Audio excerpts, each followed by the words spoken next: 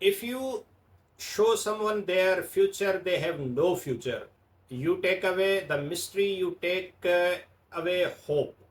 یہ اسپیشلی اس فلم کی ڈائلاگ ہے، اس کی لائن ہے جس پر آج میں بات کرنے جا رہا ہوں. لیکن یہ ایک اپنے طور پر ایک بہت بڑا سوچنے والا جملہ ہے کہ آپ اگر کسی کو اس کے فیوچر کے بارے میں، اس کے مستقبل کے بارے میں کچھ بتا دیں گے تو شاید اس کی زندگی بے چس ہو جائے گی. اس کے پتہ ہوگا کہ اس کے ساتھ کیا ہونے والا ہے یا اس کے ساتھ کیا ہو رہا ہے، تو اس کی زندگی سے ایک مسٹری، ایک تجسس ختم ہو جائے گا. اور شاید یہ جو تجسس ہی ہے یہ انسان کو جو آگے بڑھنے کے لیے مددگار ثابت ہوتا ہے، کیونکہ ساری چیزیں انویزیبل ہیں. مجھے نہیں پتا میرے ساتھ کل کیا ہونے والا ہے، کچھ لمحے بعد کیا ہونے والا ہے. میرے اپنے ایک پلانس ہیں جو میں اپنی سوچ کے حساب سے بناتا ہوں، اور وہی مجھے اس زندگی میں کو آگے بڑھانے کے لیے مددگار ثابت ہوتے ہیں کہ ایک مائنڈ سیٹ بنا ہوا ہے. لیکن اگر پتہ ہی چل جائے کہ کیا ہوگا تو پھر انسان بے بس ہو جاتا ہے، اور اس کو جو ہے وہ ساری زندگی ایک بے لطف سی شاید محسوس ہونے لگے.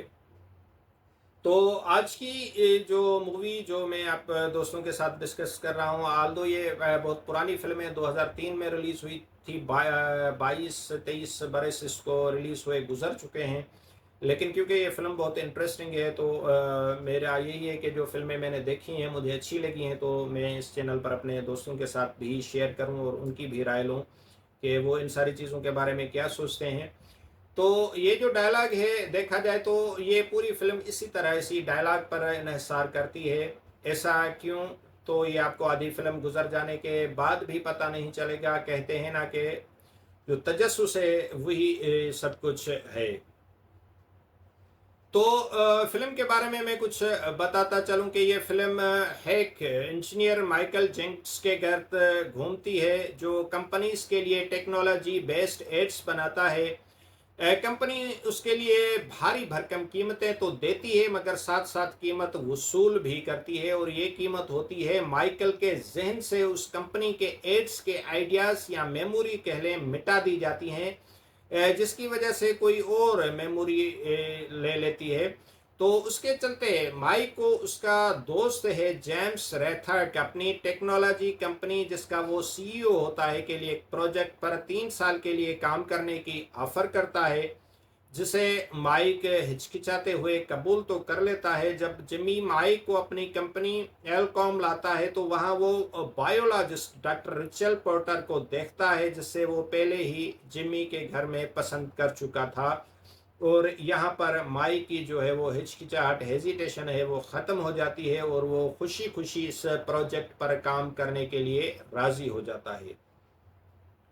اگلے ہی سین میں دکھایا جاتا ہے کہ 3 سال گزر گئے، پروجیکٹ کمپلیٹ ہو گیا اور مائک کی میموری مٹائی جا رہی ہے. جب مائک باہر نکلتا ہے اور اپنے شیئرز کے بارے میں پتہ کرنے جاتا ہے تو وہاں اسے ایک لفافہ ملتا ہے جو اس نے خود کو خود ہی بھیجا تھا. لفافے میں 20 چیزیں بھیجی گئی تھیں مگر یہاں تو 19 چیزیں لفافے سے برآمد ہوتی ہیں، اور 20ویں چیز کہاں گئی؟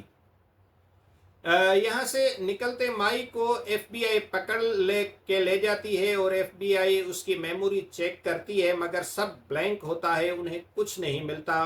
اچانک حالات پلٹتے ہیں اور مائیکل وہاں سے بھاگ نکلتا ہے یہ کھوجنے کے لیے کہ آخر اس نے ان 3 سالوں میں کس چیز پر کام کیا، یہ کیسا لفافہ ہے، آخر اس نے یہ خود کو کیوں بھیجا ہے، اور اس میں موجود چیزوں کا اس سے کیا لنک ہے، اور جو 20ویں مگر انویزیبل چیز کیا ہے.